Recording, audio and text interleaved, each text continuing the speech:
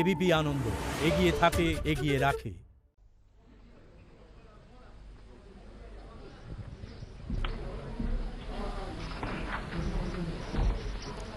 সরাসরি দেখতে পাচ্ছেন সাংবাদিকদের মুখোমুখি কেন্দ্রীয় স্বরাষ্ট্রমন্ত্রী অমিত শাহ।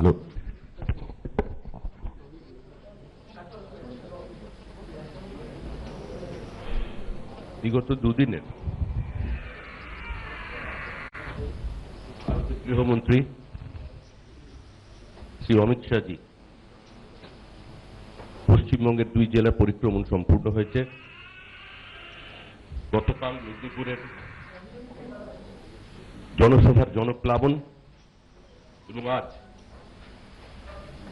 কবিগুরুর পাদস্পর্শে ধন্য এই রাঙামাটির দেশে এই শহরের যে উচ্ছ্বাস, যে উন্মাদনা, তিনি তার দেহ দিয়ে মন দিয়ে স্পর্শ করলেন। তারপর প্রবল ক্লান্তিতে আজ এখানে প্রেস কনফারেন্সে এসেছেন। আপনাদেরও সকলকে ধন্যবাদ জানাচ্ছি। হ্যালো হ্যালো बाद में इस पर ही बोलना है, चिंता मत। Now I request our Honorable Home Minister to address the press conference. Sri Amit Shah ji.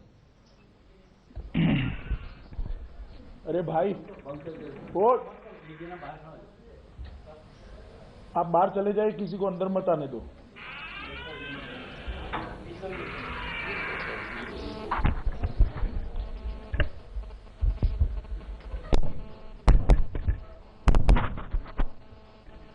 आप सभी का आज की प्रेस वार्ता में भारतीय जनता पार्टी की ओर से स्वागत है। आज इस प्रेस वार्ता के साथ ही मेरे बंगाल दौरे का दूसरा दिन समाप्त हो रहा है और आज मेरा दौरा भी समाप्त हो जाएगा। सबसे पहले कुछ दिनों पहले हमारे राष्ट्रीय अध्यक्ष के बंगाल दौरे के वक्त तृणमूल कांग्रेस के कार्यकर्ताओं ने जिस प्रकार से उन पर हमला किया था, भारतीय जनता पार्टी इसकी निंदा करती है और व्यक्तिगत तौर पर मैं भी इसकी निंदा करता हूं। हम भारतीय जनता पार्टी के सभी कार्यकर्ता मानते हैं कि लोकतंत्र में सभी को अपनी आवाज उठाने का हक होना चाहिए, जनता तक अपनी आवाज पहुंचाने का हक होना चाहिए और शासन में होते हैं उनकी ये जिम्मेदारी होती है कि वो सुनिश्चित करे कि सभी राजनीतिक दल अपनी बात को जनता तक पहुंचा पाए। और मैं मानता हूं कि भारत के सबसे बड़े दल भारतीय जनता पार्टी के अध्यक्ष पर यह हमला केवल भारतीय जनता पार्टी के अध्यक्ष पर हमला नहीं है, बंगाल के अंदर लोकतंत्र की जो व्यवस्था है उस पर हमला है और इसकी संपूर्ण जिम्मेदारी तृणमूल कांग्रेस की सरकार की है, तृणमूल कांग्रेस के कार्यकर्ताओं की है। सत्ता का अहंकार जब सर पर चढ़ जाता है तब इस प्रकार की घटनाएं आकार लेती हैं। मैं आज इस प्रेस वार्ता के माध्यम से तृणमूल कांग्रेस के सभी नेताओं को बताना चाहता हूं कि आप एक गलतफहमी में मत रहिए कि इस प्रकार के हमले से भारतीय जनता पार्टी की गति रुकेगी, भारतीय जनता पार्टी का कार्यकर्ता रुकेगा और भारतीय जनता पार्टी अपने कदम पीछे ले लेगी। जितना इस प्रकार की हिंसा का वातावरण बनाएंगे, भारतीय जनता पार्टी और मजबूती के साथ बंगाल के अंदर अपने आप को मजबूत करने के लिए परिश्रम करेगी। हिंसा का जवाब हिंसा नहीं हो सकता।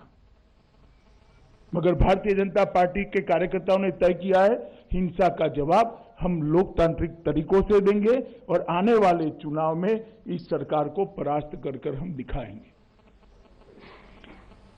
मित्रों,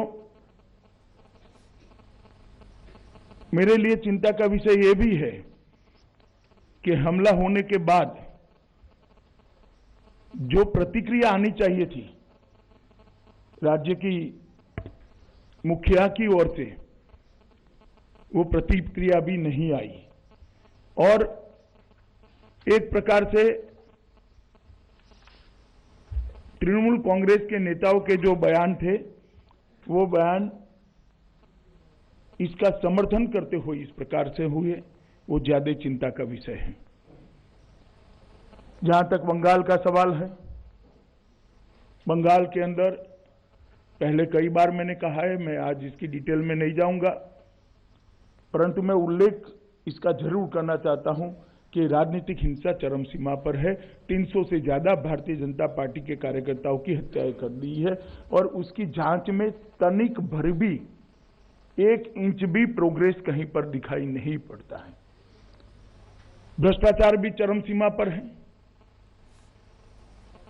साइक्लोन के राहत का जो पैसा देना होता है, भारत सरकार जो बेचती है, उसमें भी सत्ताधारी दल ने अपने कार्यकर्ताओं का उपयोग कर कर बेफाम भ्रष्टाचार किया। मोदी जी ने गरीबों के लिए खाना भेजा, कोरोना के काल में 9 महीने तक उसके पूरे की पूरी बोरियां गायब हो गई, गरीब भूखा रहा। इसकी जिम्मेदारी किसकी है? क्या सत्ता में है उनकी नहीं है? हाईकोर्ट ने दखल करनी पड़ती है, सीएजी के स्पेशल ऑडिट के लिए ऑर्डर करने पड़ते हैं। और क्या डर है सीएजी के ऑडिट से? क्यों इसके खिलाफ सुप्रीम कोर्ट में जाना पड़ता है? अगर कोई चोरी नहीं हुई है तो कहना चाहिए हम सीएजी के ऑडिट के ऑर्डर का स्वागत करते हैं। क्यों भागा जा रहा है सीएजी के ऑर्डर से? इसलिए भागा जा रहा है कि भ्रष्टाचार हुआ है। भ्रष्टाचार की जानकारी भी है जो सत्ता में है, मगर अपनों ने किया है तो उस पर बोलने के लिए कुछ है नहीं। अपनों ने किया है इसलिए पकड़ने के लिए हिम्मत नहीं है। जब परिवारवाद चलता है राजनीति में, तब इसी प्रकार की घटना एक के बाद एक आकार लेती है। मित्रों, बंगाल के अंदर भारतीय जनता पार्टी का तैयारी का जो अभियान है, उसमें 2 दिन से मैं बंगाल में हूं। कल भी मैं एक बहुत बड़ी रैली में गया था। तृणमूल कांग्रेस, टीएमसी और कांग्रेस पार्टी से बहुत सारे नेताओं ने भारतीय जनता पार्टी ज्वाइन करी। श्री शुभेंदु अधिकारी ने भी भारतीय जनता पार्टी ज्वाइन करी। मैं शुभेंदु अधिकारी का हृदय से स्वागत करता हूं भारतीय जनता पार्टी में। और हमारा मानना है कि अन्याय के खिलाफ जहां पर भी सार्वजनिक जीवन के, राजनीतिक जीवन के अच्छे कार्यकर्ता आवाज उठाने के लिए भारतीय जनता पार्टी को अपना प्लेटफॉर्म बनाना चाहते हैं, उन लोगों ने भारतीय जनता पार्टी में आना चाहिए। और जिस प्रकार का माहौल मैंने कल भी देखा था, आज भी देखा है, इतने छोटे से सेंटर पर, इतने टेरर वाले वातावरण के अंदर, जहां कल रात को हमारे सारे पर्दे फाड़ दिए गए, सारे पोस्टर उखाड़ दिए गए, मगर आज जो जन सैलाब निकला है, मुझे लगता है उनकी आंखें खोलने वाला होगा। शायद ही इतने छोटे सेंटर पर इस प्रकार का भव्य रोड शो हुआ होगा। इसलिए मैं यहां की जनता का भारतीय जनता पार्टी की ओर से हृदयपूर्वक धन्यवाद कहना चाहता हूं। मित्रों, जब हम आजाद हुए तब देश के जीडीपी के अंदर लगभग 1/3 हिस्सा बंगाल का हुआ हो, और आज वो घटकर नीचे नीचे नीचे चला गया है। জ্ঞান মনস্তং ব্রহ্ম, সত্য অন্তহীন। সত্যের খোঁজও তাই, সত্য সন্ধানে তাই আমরা অক্লান্ত, অকুতভয়। এবিপি আনন্দ নতুন ভাবনার প্রতীক, যা মনে মুক্ত, তথ্যে যুক্ত এবং যাবতীয় সীমানার বাঁধন থেকে মুক্ত। সীমা না শব্দটির মধ্যে লুকিয়ে আছে মানা শব্দটি, যেন চোখ রাঙানি এক অদৃশ্য বেড়াজাল যা আটকে রাখে আমাদের এক ছোট্ট গণ্ডির মধ্যে। একমাত্র সঠিক খবরই গড়ে তুলবে এক মুক্ত সমাজ। সেই জগৎ গড়ার লক্ষ্যে কোনো সীমানার ঠুকুটি আমরা মানব না। এবিপি আনন্দ এগিয়ে থাকে, এগিয়ে রাখে।